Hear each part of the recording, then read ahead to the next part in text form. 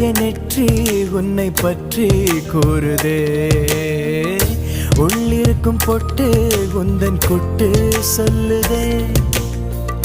என்னுடைய பார்வை கழுகு பார்வை தெரிஞ்சுக்கோ.